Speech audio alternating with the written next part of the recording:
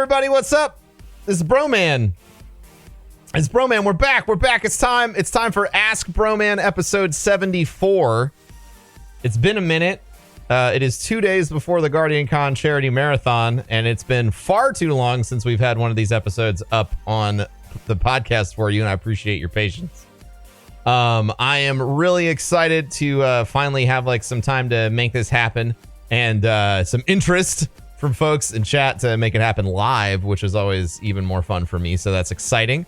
If you are looking for what's going on in the next week with Guardian Con, you can go to guardiancon.co. We'll have the charity marathon there. We'll have information about the physical event. Everything will be streamed, and you can access that from the website. And you can buy tickets. We still got tickets on sale, so you can pick those up if you want. But for now, let's get super started with our first guy. This is going to be CJN. Yo, hello. And we're going to talk with... What's up, man? How are you? I'm doing quite well. So my question for you All right. How do you start your career as a streamer? Okay, so I got interested in starting content creation when I was I guess I don't know, the first time I ever saw a YouTube video. The first content I ever watched online that was produced by a small scale studio was Red versus Blue. Mm-hmm. So that and Achievement Hunter really piqued my interest in being involved with content creation. It made me feel like, I might be able to be part of this. And then kind of going forward, one day my brother brought home a capture card and we were like, it's fucking around, and we recorded a couple of things, and then I saw a charity marathon for the victims of Hurricane Sandy on Twitch one day. I just randomly stumbled across it. And then after that, I just sort of kept getting myself more and more involved with different communities on Twitch and streaming. So that's where it all started. Okay, now that's my question. Yeah. Thank you. You don't have any follow-up? No, not really. I'm sorry. You were just curious? No, that's fine, man. Yeah. That's all cool. I appreciate it. Man. Have a good one. You too. Yeah, I think to just further expand on that, I think that there's a huge separation between discovering that you're fascinated by something and then actually putting in the work to become part of that community. That's the first barrier that most people don't overcome. They're like, I want to be a streamer, so you just start streaming instead of, I want to be a streamer, I'll become part of the community, or I want to become an entrepreneur, I'll learn how to do business from people, or I'll learn and watch things that other people are doing. And you have to make sure that whatever you want to do in your life, you become part of the community around that, because it's not just a smart business move. It's how you build the foundation to succeed. It's incredibly important. All right, let's grab this next guy. This is Diagon. Hey man, how's it going? Hey, what's up, bro? How are you? Doing pretty good. Wonderful. Not too loud, is it? No, you sound beautiful, like an angel.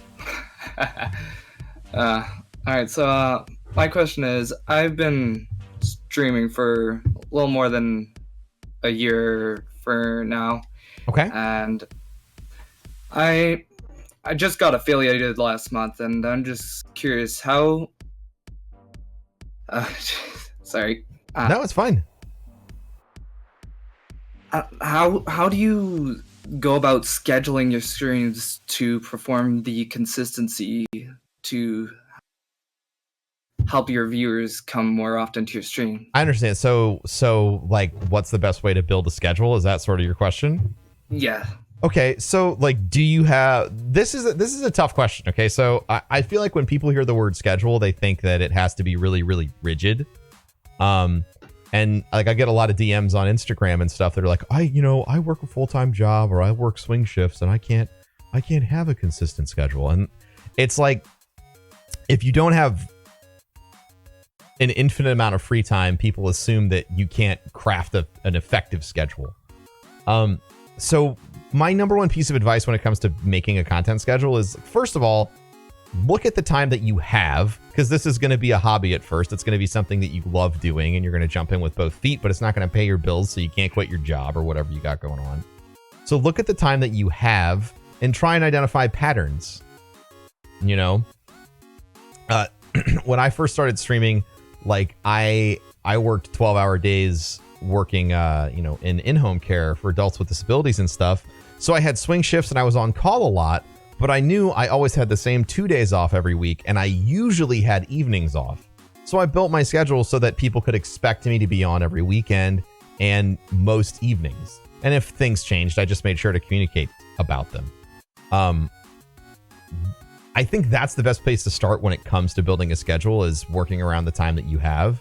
And then, after you're able to do that for a while, maybe you've got money coming in or however you want to put it, you can transition from that schedule into something that's like hyper optimized against your peak concurrent viewership and all that other stuff. That makes sense? Okay. Yeah, definitely. Thank you so much for that. Yeah, no problem. Do you got any like follow-ups? Any other aspects you were curious about? Nothing I could think of. Nothing right now? Okay. I have to think of. I respect that, man. Next time. No, that's all good, dude. Do you want to let anybody or everybody know where they can find you on the internet? Yeah, you can check me out on twitch.tv/snexplosive. Snexplosive, like an explosive snake? Yes, exactly. That's freaking awesome. I love it. Good name. All right, go check him out. Go check out Snexplosive because he's explosive Snick. You have a good day, bud. You as well. Cheers. Awesome, man. All right, let's grab our next person. This is going to be Soldier On. We'll grab Soldier On. What's up, Soldier On? How you doing?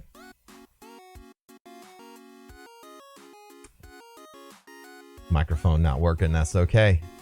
We're gonna push through it. We're gonna work together. I'm gonna let Soldier On mess with his stuff a little bit, and we're gonna grab this guy, who I believe has been on before. This is Swolbraham Lincoln. What's up? What's up, my friend? How's your day going? It's going good. It's a good day, as always. Well, that's good. So my question is not really about streaming. That's great. I like questions that aren't about streaming. This podcast isn't just about streaming, so please ask away. Help me prove my point. So I love streaming setup video. I love seeing what everybody's got. Okay. But since we have avid coffee lovers within the community, I want to know, what's your coffee setup? What's my coffee setup? Oh man, Yeah. That's a good question. It's a nice little personal question. So downstairs, like Amy and I have like a whole little like coffee bar set up. So we have like a grinder. It's like a Cuisinart grinder, nothing fancy, and then a Bodum pour over. I think it does up to like 8 cups, which isn't ideal for pour over, but like Amy and I drink a lot of coffee, so we need that much. Right. Yeah. So we have all that stuff, and then we have what's it called? It's like a tea kettle. It's like a little tea kettle, but you can control the temperature on it, and it's got like it's a gooseneck electric kettle. Is the what we use to warm up all the water and stuff, so that way you can have like temperature control and things like that. Right, for like AeroPress and things like that. Yeah, exactly. Yeah. And then Amy's been buying this. She bought this thing called a coffee sock. What? It's so when you do pour overs, you have Like an easy paper cleanup? filters. So there's this company that makes cloth filters for the pour overs that are recyclable. So we started using them, and I actually prefer them massively to the paper filters because since they're there's like a little bit more room for air to travel through them. It does a better job allowing like the coffee to pass through at a decent rate, like a decent pour rate, instead of just hanging out there and being like, oh hey, like I got all your coffee trapped in here and now it's burnt. Which is what the experience we'd usually get with the paper filters.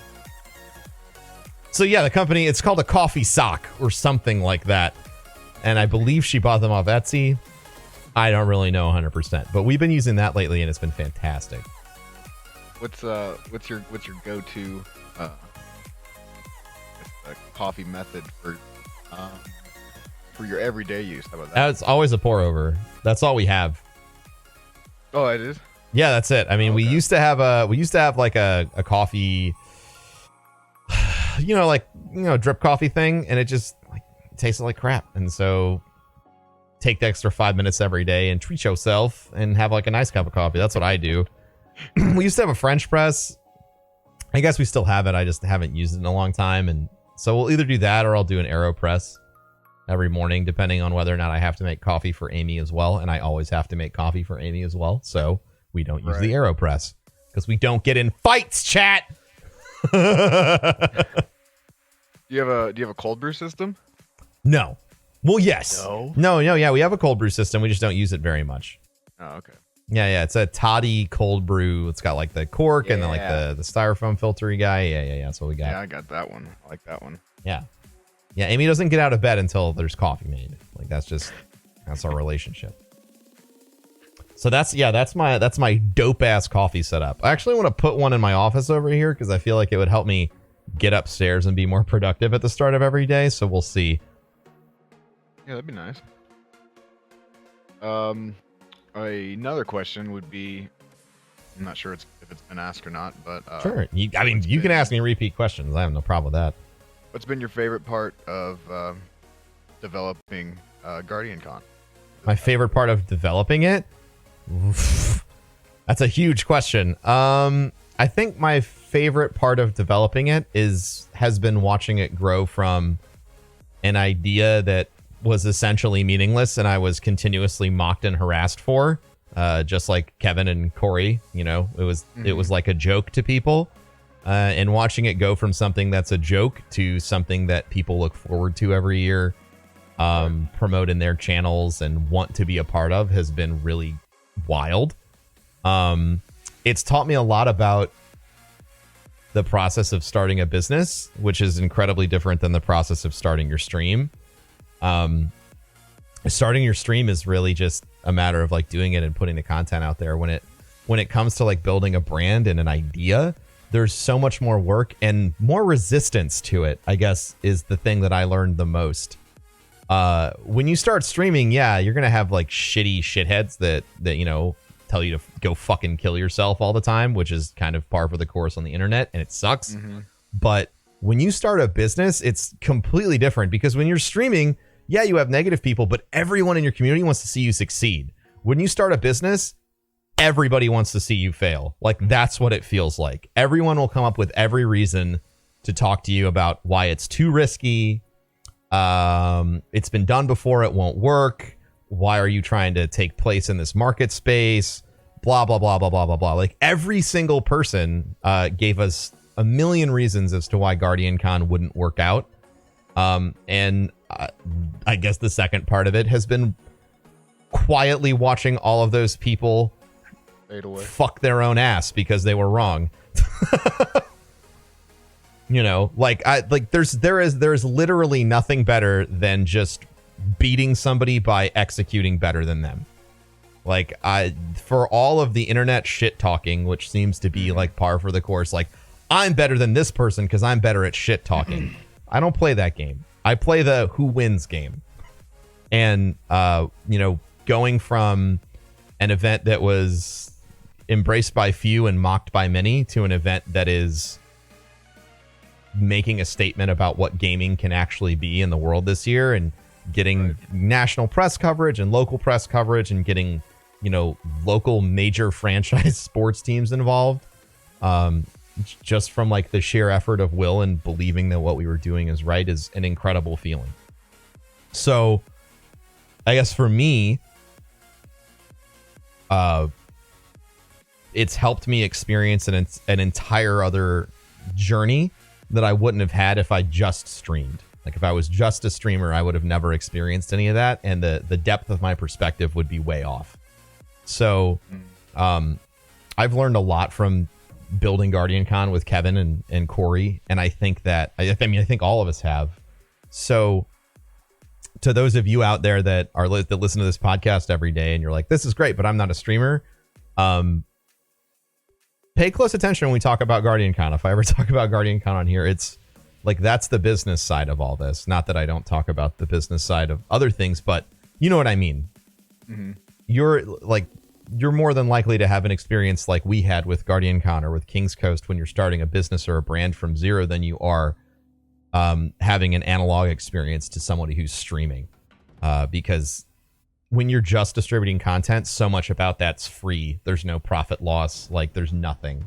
But when it comes to finally putting money on the table and skin in the game and trying to build a brand that actually costs things, the distribution method for coffee and for, events aren't free. It's a really different experience, but it's just as rewarding.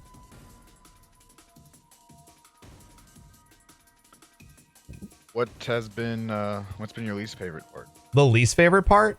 Not sleeping. Shitheads. Not sleeping. Not sleeping is always the worst part. I don't really have a least favorite. Like, the stress and everything that comes along with it is just sort of par for the course. I don't have a least favorite part. I guess I wasn't I'm not necessarily seeking a negative aspect of it, but what's my least favorite thing to do? I hate doing paperwork and financial analysis. There you go. I hate budgeting. That's why like I personally hate budgeting and sitting down and trying to run all the numbers and make it work. Luckily, we have Kevin, who's a fantastic CFO, and he makes everything work. Nice. Yeah. So that's partnerships, right? Like, you have to do things. Like, you work with people that can cover gaps in either your inexperience or your disdain for certain things. Like, I love doing all the charity stuff, but at the end of the day, like, putting together that charity marathon is like me climbing Mount Everest, because I have a lot of social anxiety. So reaching out to look at the list of the people who are on the marathon. Like, some of the most important people in the entire gaming space, and I have to send them a DM and say, hey, you want to be part of our event? And like, I'd be lying if I told you I didn't have like a couple of anxiety attacks after I sent messages to people, because it's just not something that I'm incredibly great at. But it's something that I've learned how to grow a lot. I've grown a lot through that, and it gets easier every single time. But then you have someone who's a counterpoint to that, like Corey, who will message anybody, anytime, anywhere about anything, good or bad, and it doesn't bother him at all. So like those, like, we all have advantages and disadvantages and strengths and weaknesses. And it's about finding, not just recognizing like what you can and can't do, but it's about, it's about working with people and finding partners that are actually going to help you grow, and that you can depend on to do what they're great at, instead of trying to cobble together a whole bunch of people that maybe are all great at the exact same thing, which creates competition, and then nothing's getting done, blah, blah, blah. Right. You find a group of people that are all good at the things that need to be done, and every single person, maybe they can do every job, but you have folks that clearly excel in locations that others don't. And that's been another one of my favorite parts about the whole journey, is learning that about me and Kevin and Corey, like, seeing as business people what we're all fantastic at has been a really awesome journey. Yeah, I think that definitely shows over the past few years of myself personally watching you guys, create all the content that you guys created. And then the jam is just, I love the jam so much, because it brings you guys together, and it's just dudes drinking beer and talking about things and stuff. And Thanks, man. I think it's great. Yeah. Well, I appreciate that, dude. You asked some really good questions. I like being introspective. Well, that's Do you have any more? I wasn't trying to cut you off or anything. No, yeah. That's all I had. I'm glad that I could give some other sides to the aspect for the podcast. No, I think that your questions are going to give a lot of value to a lot of people. I appreciate you, man. Do you have any projects you're working on? Anything you want to shout out right now? No, I do not. All right, man. Well, thank you, sir, and I hope you have a fantastic day. All right, thanks. You too, Ben. All right, man. Okay, let's see if Soldier On's got their mic fixed. Hey, Soldier On. I hope I do. Do I? Yeah, you do. You got it fixed, bro. I hear you. Jeez Louise. That's all right, dude. Discord does that. So my question is, I'm an older guy, about to be 40. Okay. I've been gaming my entire life, and, all right. and recently, I've been watching people stream for about 2 years, ever since I got into Destiny. And I thought, why not give it a try? And listening to a little bit of your podcast here, and just watching you stream here and there, it seems like Facebook is a place to really possibly try that out. Sure. And I'm not looking to make any money or anything. Really, just looking to meet some folks, maybe play together on stream, that kind of stuff. Because I don't really have like a standard group. What do you? And I don't know if this would be similar to Twitch and as far as Facebook, but what would you recommend being sort of the best way to get out of that like zero viewer? Starting from zero? Yeah. I mean, like, honestly, the best advice I can give to anybody about starting from absolute zero is what I did when I got started in the streaming community. Like, you just go and make yourself a part of other people's communities so that when they see you online streaming, they go, oh, that's Soldier On. He talks to me in Broman's chat. And then they'll come watch you because they'll have this built relationship already. It does so much good to just bring light into other people's lives and chat with folks about, this is what I want to do, or like, just like sharing, learning, and you build those relationships, and then those people show up in your streams by default. That's a great idea. Yeah. And I've been an active person in some different streamers chats and things like that. I never want to seem like and this is, I guess, would be the second part of that question. I heard you talking about networking the other day and being able to say like, hey, I'm Ben, and what do you do? And being, listening. Now that, like, if any people know that I'm a streamer, I don't want them to think that I'm trying to get something out of that conversation. Sure. To be honest, I would just love to meet and know some of the folks on a more, personal level and get to know them without, I don't care if they ever show up for a stream, but now that I am maybe dipping my foot into that. Yeah. Yeah, and I guess this is just me. I'm already realizing this is just a me problem. No. I mean, this is a question a lot of people ask, and it's, you have to be willing to give to other people without the expectation. Like, you need to be talking to people without thinking, when am I going to inject the fact that I'm a streamer into this conversation? You need to build relationships without thinking, when is the right time to ask this person to come check out my stream? Oh, absolutely. So if that's not on your mind, then you're doing everything right. Cool. Well, thanks, man. Yeah. That's good to know. Yeah, it's that simple. I think a lot of people worry about that. They don't know when to come in for the ask. And like, I definitely think there's an appropriate time to say like, oh, hey, I stream sometimes, but that's not like the first day or the second day or like the first week or maybe even the third week. Some of the coolest interactions I've had with people is when someone's been a part of my channel for like years, and then somebody comes in and goes, oh, hey, so and so, I loved your stream last night. And I go, what the fuck, you stream? And they're like, yeah, I've been streaming for like 7 months. And like, that always gets my attention in a positive way, because for me, I know that person wasn't just coming after me for a raid or something like that, but building that relationship. And then, moments like this, like if people are talking about streaming organically in chat, like, then it's okay for you to say, oh, well, when I'm streaming, blah, blah, blah. Like, then it's not self-promotion. Then it's just part of a conversation. The opportunities are always going to present themselves. I think that it's important to wait and find them instead of trying to force them. Yeah, 100%. That it's funny because I think with being just having a normal 9-to-5 business job, I'm more likely to do that for my company than I am for my own brand. Sure. But yeah. I think that's just me being self-conscious and worrying what other people might think I'm trying to get out of them. When I'm not trying to get anything. But thanks, man. Appreciate it. Yeah, that's all good. And to clarify, to make sure, like, there's nothing wrong with asking people to come watch your stream. I just think that you need to, it's the balance, right? It's the balance of making sure that your motivation is clean the whole time. Like, that you're not in there to poach viewers. Like, you have to go with the intention of being nice, being kind, helping people. And then at the end of the day, if you're going to go stream and someone asks you if you stream, like, it makes sense. But I think that unlike other environments, I think that people fuck up on Twitch a lot when it comes to coming in for the ask.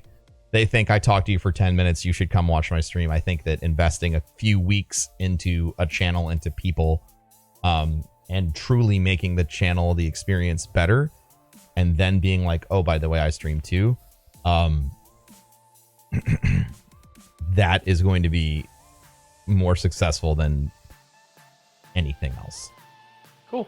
No. Well, thanks, man. Awesome, man. Well, you have a good one. You want to let everybody know where they can find you? Yeah, I'm on Facebook, Soldier on Gaming. Soldier on Gaming. All right, man. Yeah, that's me. Thank you so much. You have a good day. You too. All right. Good questions today. This is Magic Unicorn. Oh, hello. Hi, how are you? Good. How are you, Broman? I'm wonderful. How are you? I already said that. Yeah. Good job on the I'm marathon still on good. Mixer. Thank you. It was 100% a team effort, but it was a lot of fun. Just really fun. Yeah. So what can I do for you? Well, okay, so I'm 7 months pregnant, so coming up, obviously, I'm going to have to take time off of streaming. So the question is, when you're forced to take time away from your stream, how can you kind of minimize the damage? Because, like, Sure. the momentum is really good right now, but it's, like, terrifying. I'm going to, I take a month Everything off, will slow down. it's Yeah. going to be gone. Yeah. I So think what's that. the best way to, like, combat that? So, two things. First of all, just because you can't stream doesn't mean you can't make content. And second of all, this is why it's important to have multiple platforms that you produce content on. So, like, I'm going to be gone for a few days after GuardianCon, right? This is not a fair analog at all because you're having a baby, but bear with me. So I'm going to be gone for a few days after GuardianCon, so I won't be able to stream. But I'm still going to have content on YouTube. I'm still going to have podcast content. I'm obviously going to be posting on Instagram and everywhere else. And so I think that the best thing to do when you're forced to take a break from stream is to, take that energy that you would usually be doing streaming, and overinvest it, like reinvest that into Instagram. Like, okay, well, I can't stream right now, but I'm really going to get into this, Instagram shit, and I'm going to figure out Instagram TV, or I'm going to make sure that my Facebook profile looks awesome, or I'm going to find out the best practices for posting on Twitter every single day. Gotcha. Yeah, I think that's great advice. I've just started to get into Instagram, so Yeah. it'll be a good chance to kind of develop that further.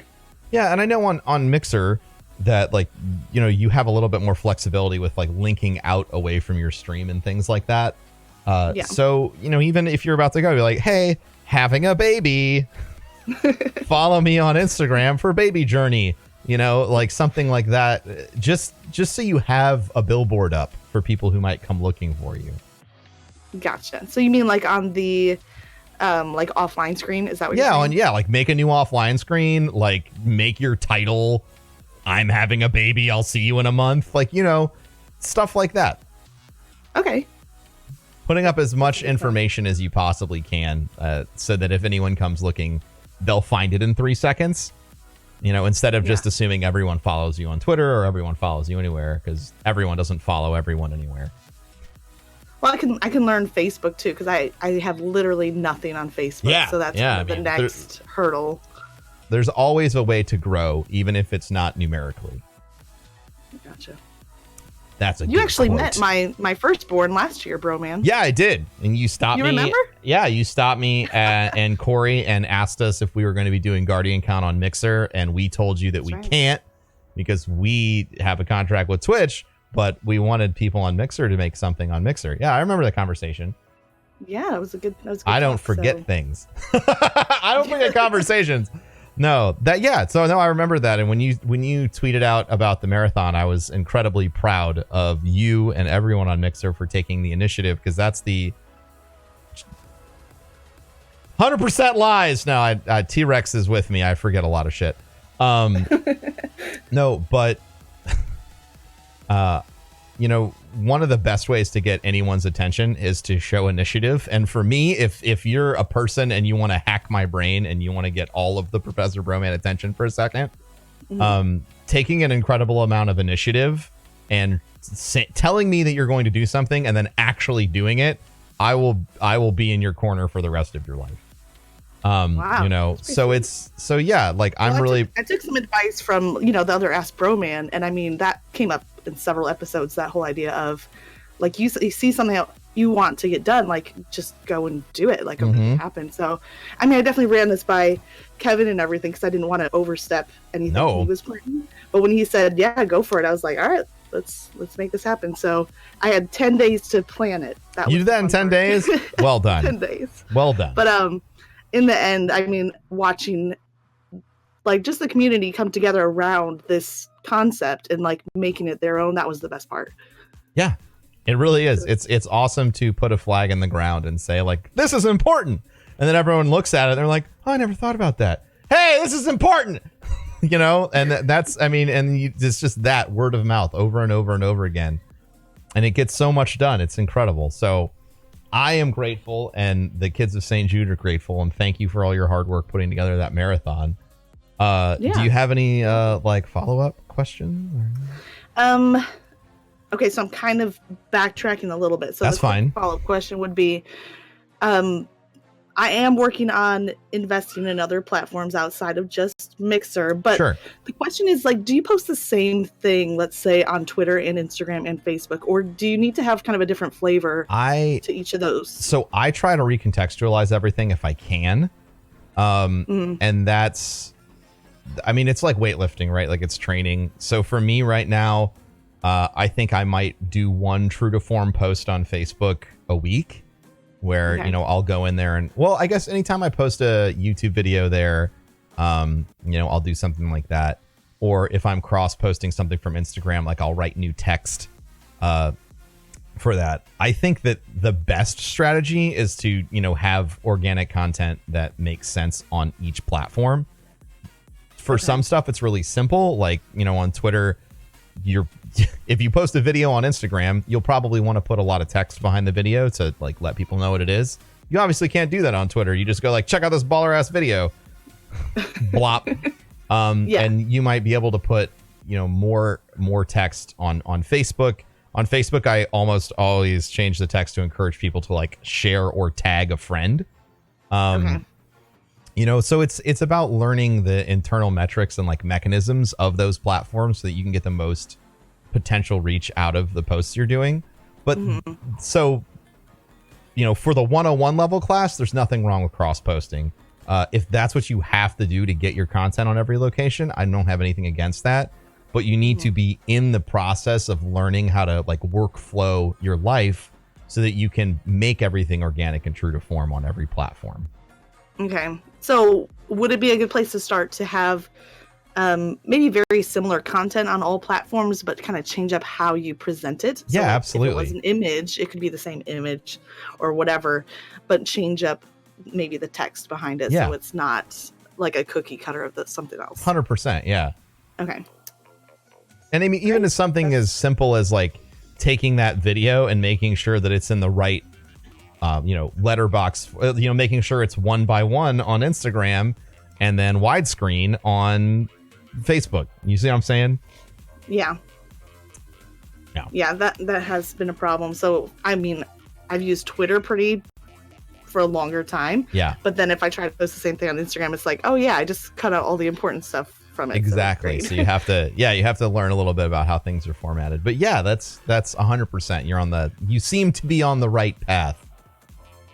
Yeah, it's just the putting it into action. So it's kind of that, the time investment behind it. So hopefully maternity leave can be very productive and not, like, slacking off. Well, you're gonna be having a baby, so But I get what I get what you're saying. I get what you're saying, and I appreciate your drive and your honesty. I think that there's a lot of moms out there that want to keep kicking ass with whatever they're doing, and they don't want to slow down. I mean, it is hard being for any parent out there that's, I want to raise kids first and stream second.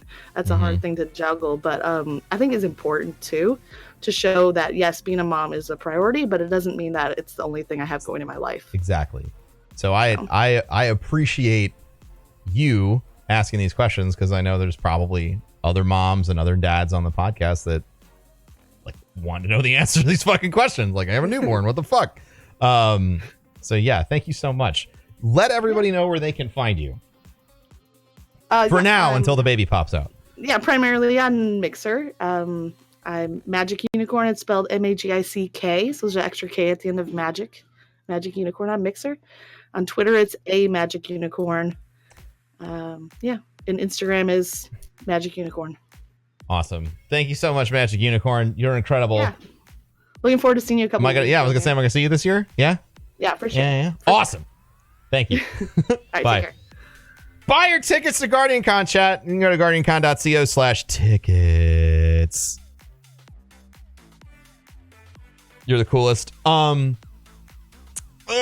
Stretch. I'm trying to stretch. Y'all are the best. I love that.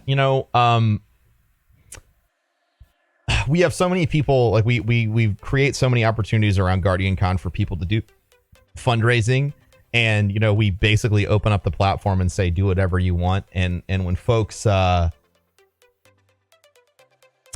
go and take that and turn it into this their own event, their own big event, and they put all this timing, effort, and planning behind it, I'm always so honored and blessed, because that's ultimately our goal, is that GuardianCon is this rallying flag, just like she said, that everybody comes to and makes their own events. And from that, we get this massive statement from the gaming community about, hey, we're good people and we're not insane and we do great things. I think it's incredibly important. So I always appreciate that. Let us get, this is Luminardi, I believe is what it is. Luminardi. Hello. Hello. Hi. Hi, how are you? Good, how are you? I'm phenomenal. What can I do for you today? Well, I do have a couple of questions about streaming. Beautiful. Naturally, I guess. Yeah, no, that's good. I like questions. That's the whole point. Yeah. Okay, so a little bit of background. I actually have only streamed once. Okay. It was back in May, because it's I'm more of like a planner. So it took me a really long time to finally just do it, which thanks to your podcast, I was able to just do it. Awesome. Because I just heard your voice in my head and I was like, okay, just try it and see out. And it was great and everything. Yeah. And unfortunately I haven't been able to stream since because I ended up with tendonitis. So that kind of sucks. That's not fun. Yeah. But anyway, I have been listening to podcasts a little bit, so I've been trying to weed out my questions a little bit. And I had a lot of my answers questioned because I last listened to episode 48 with Nano Pierogi, and that really kind of clarified something for me. Because streaming for me is not something I want to do for a job. It is just a hobby. I really love the community aspect of it. Yeah. But I've heard you talk a little bit about how you didn't monetize it first, and I was wanting to know a little bit more of your approach to that, because I don't really want to make anything off of it, because I feel weird taking people's money. Yeah, I mean that's a weird feeling that everyone has to eventually get over, but I understand where you're coming from. Okay. I was just wondering what your approach to that was at first. Sure. So I think that this is great. No, this is a good question. So one of the things when I talk about this, I think that people assume that when I say I didn't monetize everything, it meant I didn't have a plan. But I did have a plan. My plan was I won't take your money until you tell everybody on the planet about my channel. Okay. So it wasn't, people were like, hey, Broman, I'd love to tip you. And I'd say, well, I'm not going to set up a tip button. I'm not going to set up a tip button until I get partnered. And the only way we're going to get partnered is if you, tell some people about the channel. If you know somebody that you think will like this content, just tell them about it.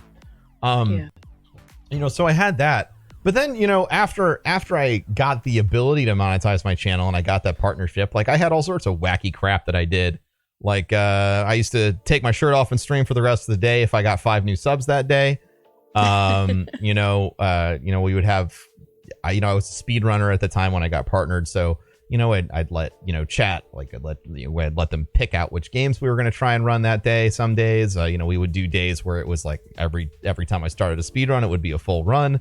Or, I would just do really hard reset attempts where I was going to try and get a new PB or things like that. I really invited people into the experience to create, that community and involvement. I don't ever want someone to subscribe to my channel because they feel like, I need to subscribe to get these things. I want it to be reversed. I want anyone, and listen, chat, here you go. I'm telling you, this is exactly what I'm doing to you every day. I want people to think, damn, Broman does so much for me that I feel like I owe him this sub because I don't, or this tip or whatever, because I don't want to get money because people are trying to get things out. I always, I think that monetizing as a thank you from content is incredibly important, and that is my strategy.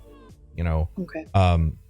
And it's been effective. Is it the most financially effective method possible? Fuck no. You look at all the different models of people who monetize content on Twitch, and there are a lot of really heavy-handed models that work really, really well and make people shit tons of money. And yeah, I'm aware of those models and I know how I would use them inside of like my framework, but I choose not to because fundamentally I want monetization to be a choice. I don't want it to feel forced. I want people to, sub, tip, whatever, because they're having a good time, not because they feel like they have to in order to keep my sub count up or unlock new emotes or like whatever the fuck. Like I just want it to be about having a good time, and I want people to subscribe because they had a good time.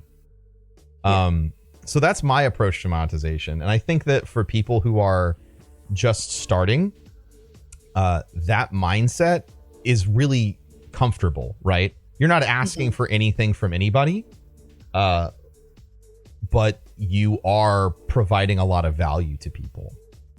Yeah. Yeah. Well, it definitely works because like listening to your podcast and catching your streams and stuff, like I usually lurk, especially like in bigger channels because I'm just awkward. And anyway, I don't think you're that awkward. I mean, you managed to get on the podcast and talk to me. That's most people are just like, oh, I can't, it's scary. So I think you're doing great. Don't sell yourself too short. I've had a lot of experience in customer service, so I could feel like well then you'll kill it. Yeah, customer service will teach you how to do everything. Yeah, absolutely. But yeah, I really identify a lot with having that approach because I just like I told my partner the other day, I was like, when I get back into streaming, if I stream for a whole day and one person came here for 30 seconds, that's all that matters to me. Or if I stream for 5 days and one person for 30 seconds, like just the fact that they came in and I didn't make their day horrible is all that matters. Just if you can make their day better instead of horrible, yeah, exactly. Yeah, that's a great way to approach it. But yeah, okay, well that definitely helps. Kind of, I mean, I'm not really anywhere near that because I've got to actually heal first. Yeah, you gotta get all fixed up. But you're thinking about it, and that's good. That's good. Yeah, thinking about it has been a good and bad thing. Sure. Just because planning kind of prolonged like me actually starting the stream. And some other things too, like we're in an apartment complex, like the internet is shared and it's pretty rough. It's rough, yeah. I've been there. Yeah, I've been there. But anyway, I made it work that one time, and I'm looking forward to like taking this time that I can't do it to really think about it and listening to your podcast things and being on here as well. Yeah, that's awesome. I think that taking every opportunity you have to learn is so important. Yeah, and your podcast is like, I mean, it's really open. I mean, it's been kind of hard because like trying to decipher which information would be better for people who like want to make it their job versus like people who do it for a hobby. But literally the last episode I listened to, episode 48, like really clarified that a lot for me. So that was really helpful. A lot of people loved that episode, so I'm glad it's still helping people out. Yeah, for sure. Because I was wondering, like, okay, do I need to start on Mixer? But I don't have like any equipment, and I just kind of want to get started. And you can't stream. I have a PlayStation, and I don't have a computer or anything. So I was like, well, just start it on Twitch. Like, you know, people on Twitch. I have friends on Twitch and it was great. Like, they came in and watched and were super nice and funny and engaged with the game that I played. It just was really great. So, but anyway. Yeah. So kind of a different question. Sure. And it might be kind of weird, but do you, like, as a content creator and someone who's like putting information out on the internet, which will never like die essentially, do you ever feel like you kind of lose like your sense of self in that kind of way? Like, you have to be extremely reserved in what you put out, kind of like on social media and stuff like that? Yeah. I mean, I'm always going to say what I think. I'm definitely more diplomatic on social media than I, you know, like I'm never going to say something that's truly going to piss someone off unless it's like actually true. But I think that there's a difference between being reserved and picking every fight. I think that social media has, especially when it comes to content creation or whatever, that a lot of social media activity is just people feeling like they have to have every single conversation about every single subject, and they always have to interject their opinion, when like in reality, very few of us are highly educated on everything we're talking about. And if you're just contributing to mudslinging and all that shit, you're not actually helping your followers out. So yeah, I really feel like my social media is an extension of me, and I don't really edit myself. I just sit out of a lot of bullshit because it doesn't concern me. Like I would rather post some sort of something that's uplifting from my life when everyone else is tearing each other down, or like whatever the piss, bitch, and moan topic of the day is. You know, I'd rather talk about something positive than engage in that, because that brings value to people who follow me. And I'm not like, you're not being disingenuous by doing that. You're just forcing the attention onto something that matters. Yeah. Pick your battles. Like I definitely have certain things that I will talk about and speak out about. There's things that I don't think are okay. And I've definitely gone after people on social media for that stuff before. But you know, that's, again, it's picking your battles, making sure you know what you're talking about. Okay. Yeah, that definitely makes sense. It was just like my worry that, you know, I have a certain mindset and maybe I don't necessarily like voice those opinions or like mindsets, but yeah, like when you like a tweet, everybody can see it. Yeah. You know, kind of thing. And that's what I was kind of thinking, like, do you filter like what you like and what you don't like? And not really. Extremely okay. Yeah, not really. I mean, like, not really. Okay. You know, there isn't an opinion that I hold that people don't know about. Like, I'm not worried about hiding any part of myself from people. So, yeah, I'm like, personally, I'm much more of an observer than I think people recognize, because I'm very extroverted. But when I'm on social media, I'm usually just taking in information. I'm not necessarily out there to engage with everything. Yeah. Okay. Yeah, no, that makes sense. That was something that kind of kept me from streaming for a while, because I was thinking, like, what if somebody, because, you know, I don't know, I'm always like trying. What if somebody finds you and you're always trying to be perfect? Well, fuck that shit. Don't try and be perfect. Terrible. Being perfect's awful. Be your flawed, messed up, jacked up self. Like, we're all fucked up and no one's perfect. I don't know if it's perfection more as it's like trying to prevent something horrible from happening. Sure. Like, always try damage control. Yeah, exactly. Yeah, like I get it. My significant other, he started just adding like random people to his Pokemon Go, and I was like, why did you do that? Like, what if somebody comes? You're always worried. And, like, yeah, I think that it's a balance between, you know, make sure you don't do anything that's gonna fuck people up or ruin your life. But I think for the most part, people are good, and if you're just sharing like your honest opinion on a subject, regardless of what it is, as long as you do it in a respectful way, I think that it will turn out all right in the end. Okay. And I feel like too, like with my experience, that I handle conflict decently. I Mhm. mean, you know, there's always, you know, chances that you might not handle it great at first, but I'm always willing to, you know, apologize for. Yeah, as long as you're willing to apologize for being wrong. That's the thing, is that everyone assumes that you're terrified to say, oh, you know, I'm sorry, I was wrong. Fuck you. Yeah. I don't care. I'm fine with being wrong. I like being wrong. It means it's time to learn. Yeah. So, yeah. Oh my gosh, for sure. I wish that I could put that in a banner and like. Yeah, well, you need to realize Don't that's think an it's okay. advantage that you have. Like, that's a big advantage that you have socially, is that if you're willing to say, you know what, I'm sorry, I was wrong, and no one else is willing to do that, Yeah. it's a winning mindset. All right. Yeah. Is there anything else I can do for you? I want to grab a couple other people. Oh, no, I'm sorry. I didn't realize how long I kept you. No, it's all good. No, it's good. It's a good conversation. I loved it. I just want to make sure we can grab a couple other folks. So yeah, let everybody know where they can find you. Okay. For now. When can you- find when you me heal. Yeah, right. Yeah. Well, I'm still active on Twitter and stuff, so you can find me on. I don't stream on Mixer yet, but I did go ahead and make a profile. I'm on Instagram, Twitter, and Twitch at Luminarity, which is like luminary with a TI at the end. Luminarity. Oh, okay. All right. Yeah. It's been an interesting hearing people say that, but you can find me on all platforms away. So yeah. Well, thanks for picking me. No, thank you so much for the great conversation. I really appreciate it. Yeah, and I'll see you at Guarding. I will see you there. All right, have All a right. good one. You too. Bye. Awesome. All right, let's grab Zeb. This is Zeb. We're going to see what Zeb has to say. That was a great conversation. I just love hearing people's perspective on life. It's so refreshing. It's great. Oh, Hello, Zeb. What's up?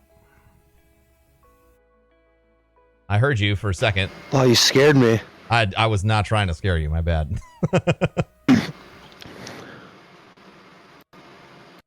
What can I do for you, man?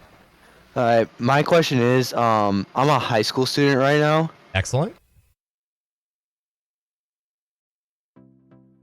And I want to know if you ever feared for the future or what was going to happen after high school and at any point. Oh, fuck yeah, dude. Yeah, man. I was horrified about like what life was going to be like after high school. Like I had like I was really worried about it. Like I had a plan and everything, but I had no idea whether or not it was going to work out. And it's like you're in high school and you're staying with your parents, and like, you know, life has training wheels. You can't really fuck up so bad that, you know, you're going to be homeless. Like that, like eventually someone will take care of you and things like that. So I was very scared, you know, graduating from as confident, as excited as I was also really scared because, you know, I didn't know how I was going to succeed. You know, I knew I was going to go to college, but I didn't know what was going to happen after that. You know, there's just no guarantees. So that used to scare the living shit out of me. So yes to that. Do you have a follow-up for that? Or like, are you looking for some advice about that, or? No, I don't have any other questions. Okay. Well, then I'll talk a little bit more about that then. So like, to anybody who's maybe you're scared shitless because you're about to graduate high school, or maybe you're about to graduate college, whether it's master's degree or doctoral degree or bachelor's degree, like life is fucking scary as shit when you leave the framework, right? Like you have a very regimented day when you're in school or when you're studying. You always have something to wake up and do. And I think that one of the biggest traps that people fall into is that the second you graduate, that you're just like, oh, I can do whatever the fuck I want. I'm going to do nothing. And deciding to do nothing after you graduate is like the worst decision ever. And now that's not saying that you have to go straight to school like if you're graduating high school, but like have an experience. Like if your plan is I want to spend 2 years working on a cattle ranch because I really want to know what it's like to be a cattle rancher, go do that. Go do stuff. Take time and go do things and live your life. If you're trying to hunt for a job, put in the time and effort to hunt for your job. You know, don't just sit there and expect things to come to you, because that's kind of how we're trained, or at least I feel like I was when I was in school. Like, oh, I'll just sit here and someone will tell me what the next class to take is or what the next paper to write is. And it teaches you to be really, really passive. And like the second you leave school, you have to know that it's time to flip that switch and go after the things that you want to go after in your life, instead of just sitting there and waiting for them to come to you. So that's the advice I got for you, Zeb, if you're being worried about finishing high school. Thank you. All right, man. Thank you so much, Zeb. That's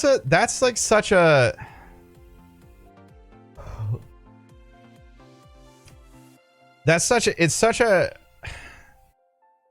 a reality, right? Like we get trained to be so unbelievably passive in our goals, because like our whole life, the goals that we have are set in front of us by someone else, right? When it's school, it's like you have to graduate and get to the next grade. You have to write this paper, and you have to go to college, and you have to whatever. And like the goals get set for you along the way when you're inside that educational framework. But the second that you leave, you're on your own, and you don't have anybody setting goals except you.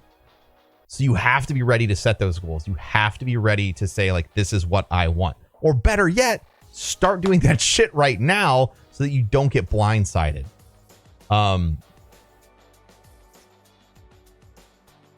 It's incredibly important.